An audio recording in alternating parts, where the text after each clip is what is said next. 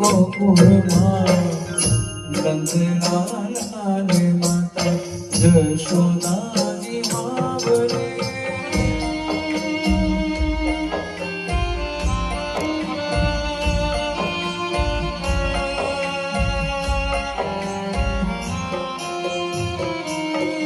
એ છપ્પન ભોગ સ્વાદ ના ભરેલા.